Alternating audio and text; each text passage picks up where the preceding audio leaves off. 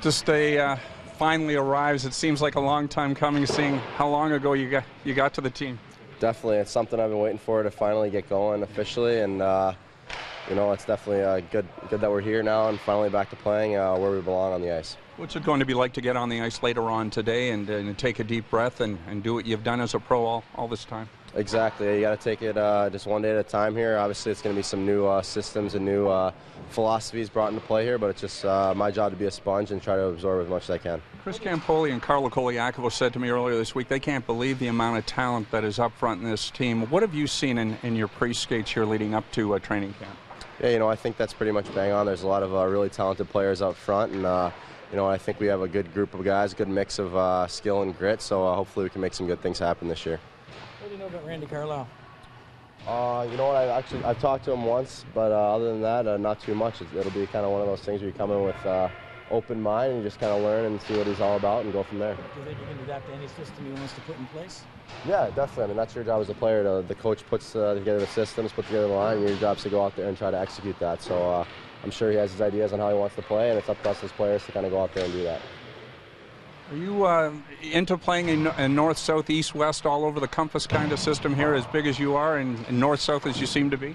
Yeah, definitely. You know, that's as your job as a player is to adapt the way the coaches want to play. So whatever he wants to put into place here, it's your job to go out there and do it the best of your abilities. Can you draw on some of the big games you played, and I'm looking specifically to the postseason a few years ago against Boston, and parlay that into success in your time here in Toronto?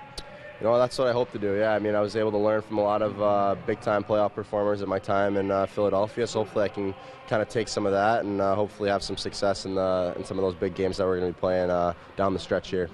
Where'd you spend most of the lockout? I was in Minnesota for pretty much the whole thing, so there was a bunch of guys out there skating together, and it's pretty easy to stay motivated when there's 25, 30 guys out there. We had really good skates, so I think my level was able to remain relatively high, all things considered. Was there a point where you're like, we're not going to play this year? You know, I tried not to let myself get to that mindset. There was lots of ups and downs. I tried to just stay pretty even keel throughout the whole process. That was tougher to do at some times than others, no doubt. But you know what, I'm glad we're playing and glad to be back on the ice. Do you ever want to hear a disclaimer of interest, the certification, memorandum of understanding? Do you want to hear those words ever again? Yeah, those are all SAT words right there. So you know what, I'm done. Done. Hopefully for a while listening to those types of words and stuff, and we're all happy to be playing again.